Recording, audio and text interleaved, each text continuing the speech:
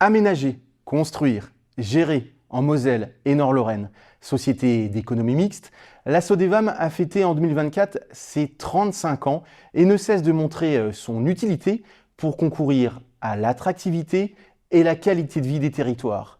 C'est ce que nous allons voir durant cette émission Sodevam, les territoires en action.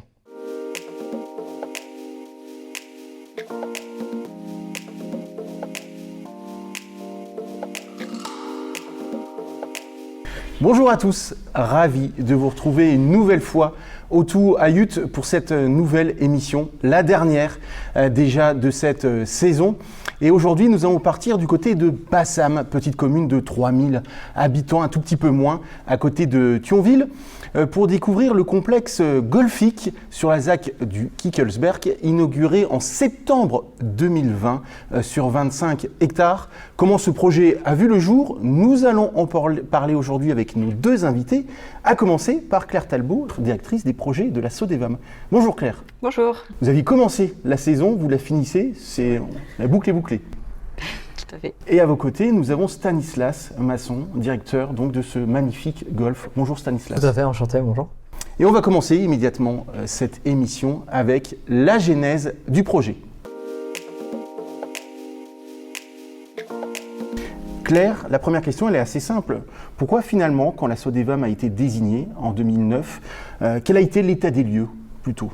La Sodevam, dès sa désignation en 2009, a engagé une réflexion de stratégie sur l'attractivité de la zone. C'était une zone qui datait de 1975, qui était plutôt orientée sur les grosses industries.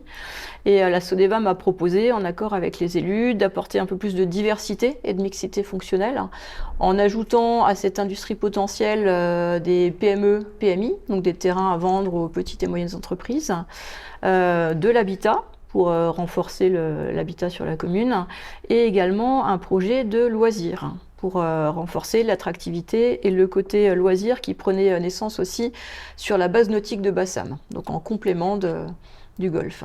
C'est vrai que depuis le début de cette saison, on a vu souvent que la Sodevam aménageait de l'habitat. C'est un petit peu nouveau finalement de voir ce projet de complexe golfique. Tout à fait, en fait, les deux projets sont liés, puisque c'est la Sodevam qui a proposé d'ajouter de l'habitat dans la zone du Kickelsberg.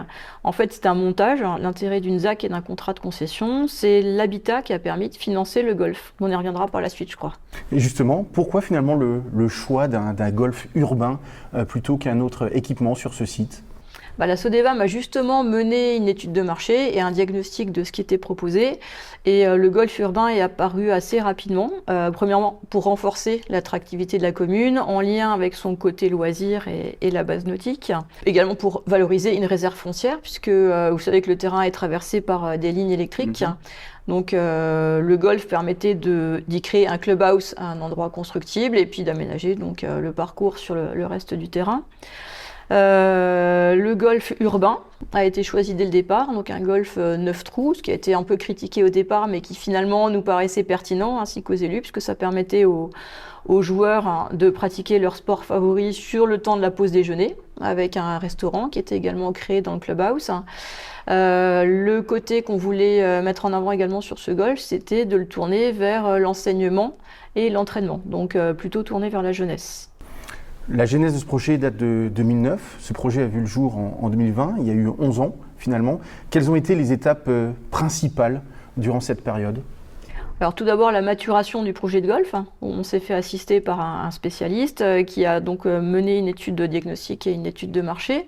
Ensuite le montage de l'opération immobilière, puisque c'est le contrat de concession, comme je le disais, qui nous a permis donc de vendre une emprise pour de l'habitat, ce qui a permis d'amener les fonds qui ont permis eux-mêmes de financer le golf, le restaurant et le clubhouse. Justement, ce financement, il est un peu particulier. C'est comme un projet à quasiment 3 millions d'euros, un tout petit peu moins, 2,8 exactement, qui finalement a été remis ensuite gratuitement à la collectivité. C'est vrai que c'est un montage financier, si je peux me permettre de dire ça comme ça, un petit peu particulier. Tout à fait. C'est tout l'intérêt d'un contrat de concession et d'une ZAC, en fait, c'est que certains équipements sont financés par la cession de terrain. Donc en l'occurrence, la cession de l'habitat a permis de financer la construction du golf. Le bilan de la ZAC est à l'équilibre, donc au final, cet équipement sera remis effectivement gratuitement à la collectivité. Est-ce que finalement ce montage financier représente plutôt une innovation ou une réussite pour le territoire selon vous ? C'était une innovation, puisque la Sodevum a l'habitude de faire effectivement des lotissements et des actes d'habitat en commercialisant elle-même les parcelles.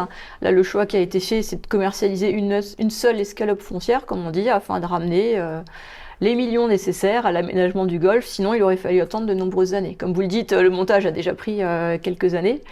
Donc là, le fait de vendre en une fois a permis de gagner du temps et d'ouvrir tout en même temps golf, clubhouse et restaurant. Alors pour ceux qui nous suivent, hein, une escalope... C'est un grand terrain d'un seul tenant. Ok, très bien. Ça pouvait être autre chose, mais bon, je préférais que vous nous disiez exactement de quoi il s'agissait. On va rentrer en tout cas, si vous le voulez bien, dans le vif du sujet, avec le projet donc du complexe golfique sur la ZAC du Kickelsberg.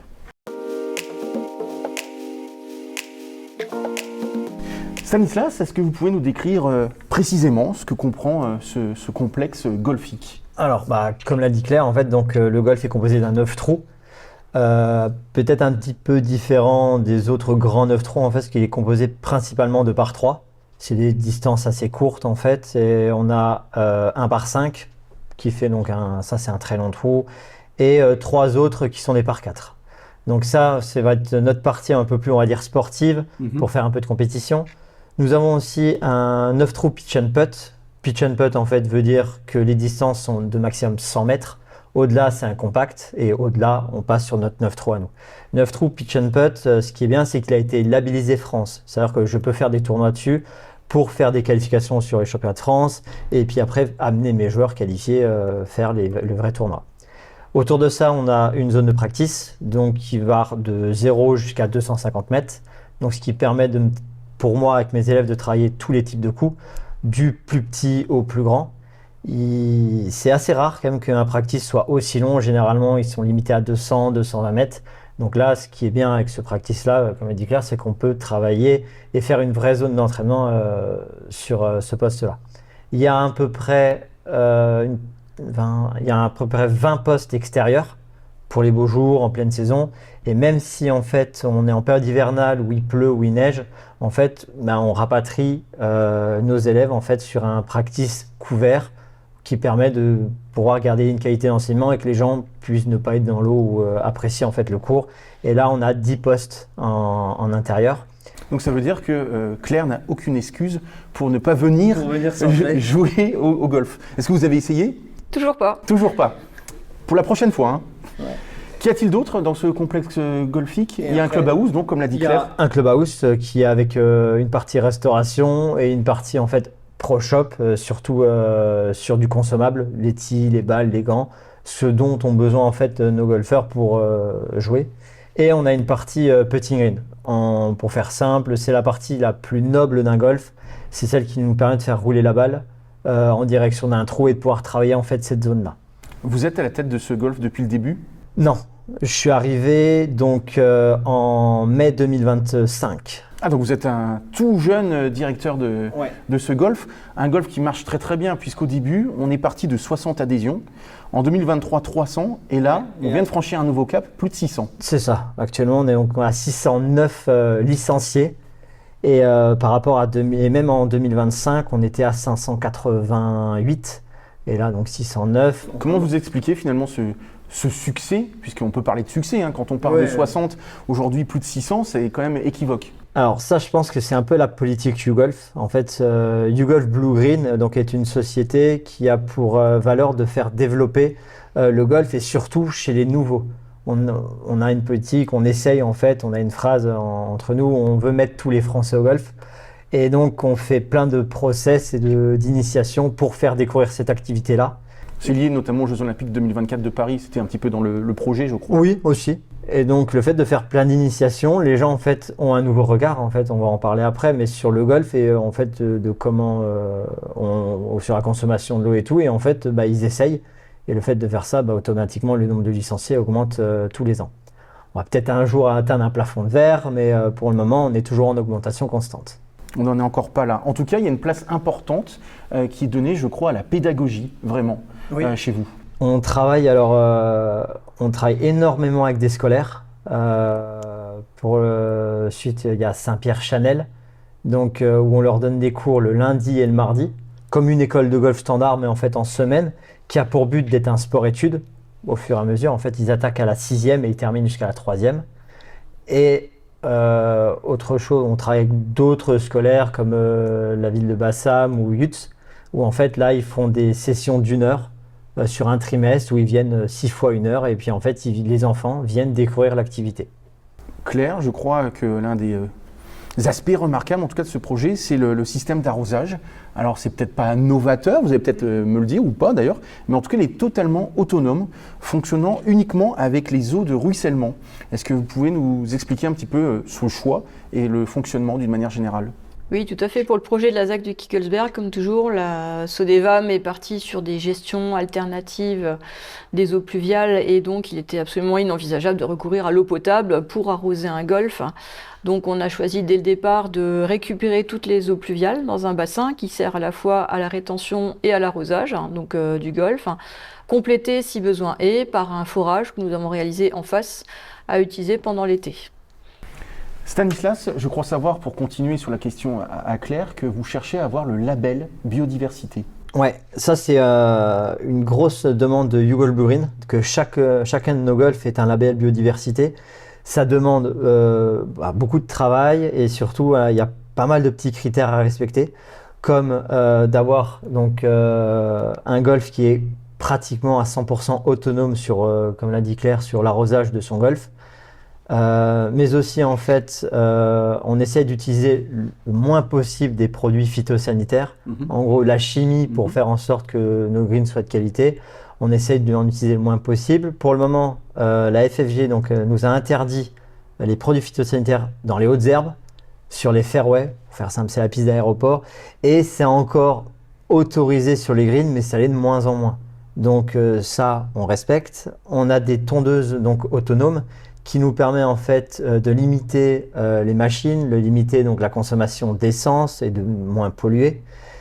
Et pour avoir ce label, dans tant d'hectares de notre golf, on doit laisser des zones que on n'entretient pas pour laisser en fait la faune et la flore se développer avec peut-être pourquoi pas, je sais pas, une biche qui vient s'abriter, se cacher ou des petits insectes pour justement développer cette faune et cette flore. C'est vrai que c'est hyper important pour un golf dans ce projet où je pense que vous l'avez voulu le mettre en valeur, c'est le côté environnemental. Tout à fait. Contrairement à ce qu'on pense des golfs qui sont hyper consommateurs d'espace, qui sont consommateurs d'eau, là on a voulu s'inscrire exactement dans l'opposé. Quel modèle finalement, Stanislas, économique a été retenu pour l'exploitation ?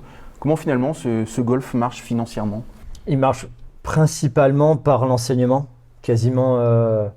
on va dire 70 à 80% en fait de notre chiffre d'affaires est fait par l'enseignement via une école de golf, via en fait le développement avec le travail sur plusieurs écoles et surtout en fait via la découverte de nouveaux golfeurs. Chez nous c'est un produit qui s'appelle le All for You qui leur permet en fait de faire du golf 7 sur 7 quand ils veulent et en plus ils sont suivis par un coach jusqu'à 1 heure de cours par jour. Donc ça leur permet en fait d'avoir une continuité et c'est notre principal on va dire revenu, qui fait que pendant 4 ans, on va dire qu'ils sont suivis de manière intensive par un coach. Et on estime qu'à partir de 4 ans, un golfeur fait partie de la vie du club et après passe sur un abonnement classique qui lui permet après de jouer en fait sur les grands parcours. Il y a aussi la restauration qui marche quand même plutôt bien. Avec Cathy, ouais, on est obligé de travailler de pair parce que pour faire mes animations, je passe par la restauration. Le bar, c'est le petit verre à la fin, le coup de l'amitié. Je ne peux pas travailler sans Cathy, donc elle m'aide autant que moi je l'aide pour que chacun on arrive à développer notre activité. C'est du gagnant-gagnant avec un modèle économique. Claire, je crois qu'il y a un bail amphithéotique qui a été signé. Oui, la Sodevam a signé un bail amphithéotique avec YouGolf, du coup, qui assure l'exploitation du golf. Et donc, in fine, comme on le disait, à la fin de notre contrat, le golf sera rétrocédé à la communauté d'agglomération et donc le bail également. Je voulais savoir également, selon vous, en quoi ce golf participe à changer finalement l'image et le rayonnement de Thionville et la communauté d'agglomération Porte de France Thionville. Vous en avez parlé, c'est vrai que Bassam est aujourd'hui réputé en Moselle pour tout ce qui est loisirs. Exactement. On est passé d'une ZAC à vocation purement industrielle, avec une blanchisserie, des usines, des voies ferrées, à une zone qui est orientée loisirs, hein. Donc le golf en fait a renforcé l'attractivité des terrains qui se trouvent autour, tant les terrains d'habitat individuel que les terrains d'artisanat. Et l'ensemble de la commune de Bassam est étiqueté plutôt loisirs, avec la base nautique côté Moselle et le golf. Je pense qu'il y a même des partenariats entre la base nautique et le golf en termes d'accès.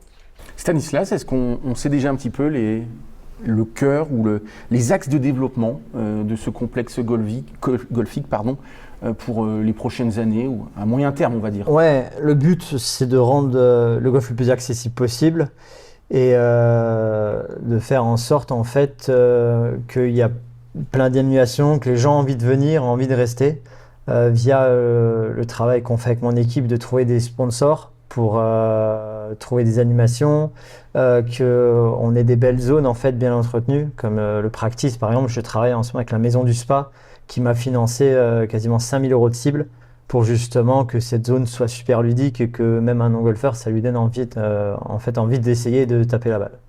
Donc on essaye un petit peu de trouver un peu plein de sociétés qui veulent travailler avec nous pour développer l'activité.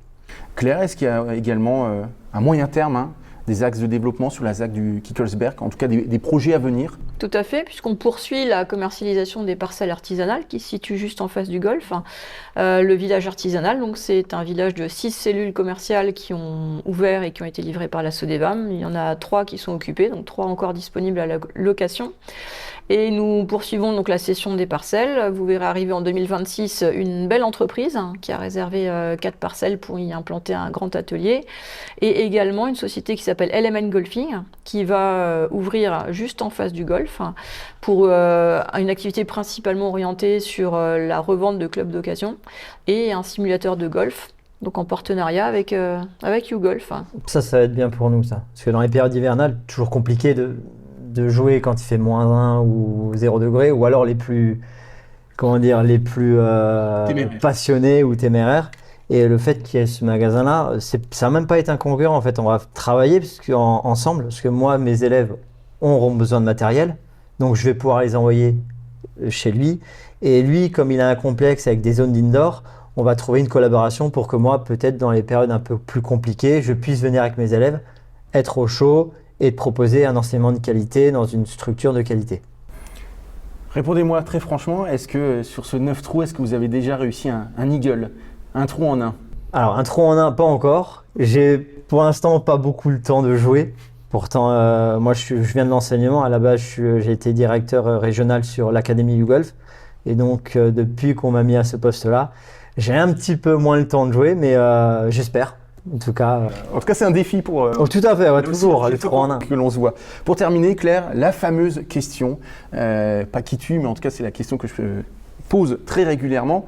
On l'a vu tout au long de cette saison, l'habitat fait quand même partie intégrante du projet Sodevam. Cette fois-ci, on a axé sur le golf. Est-ce que justement, ce projet de complexe golfique a, comment je pourrais dire, un peu plus de passion, en tout cas donne un peu plus de frissons, en tout cas procure d'autres émotions plutôt? Oui, ça montre le côté couteau suisse de la Sodevam en fait, puisque c'est une zone qui assemble à peu près toutes les fonctions. On a de l'habitat, du développement économique, du loisir, donc on a également des services publics bientôt, donc on a un peu une mixité fonctionnelle. C'est le genre de zone qu'on aime bien développer et pour lesquelles moi j'ai effectivement une attraction particulière. Je pense à la zone de l'émaillerie à Manom par exemple, qui rassemble aussi plusieurs fonctions. Donc le but, c'est de les faire fonctionner en synergie les unes et les autres, comme on le disait, entre la boutique et le golf, et d'assembler les fonctions pour qu'elles fonctionnent le mieux ensemble. Eh ben merci à vous deux d'être venus sur ce plateau. Merci à vous de nous avoir suivis tout au long de cette saison. Merci à Stéphane Getto et David Bizenius de la semaine, mais également à Armel Chaban, Emmanuel Hermsdorf et Caroline Plateau de la Sodevam. J'espère vous retrouver très rapidement. Bye bye.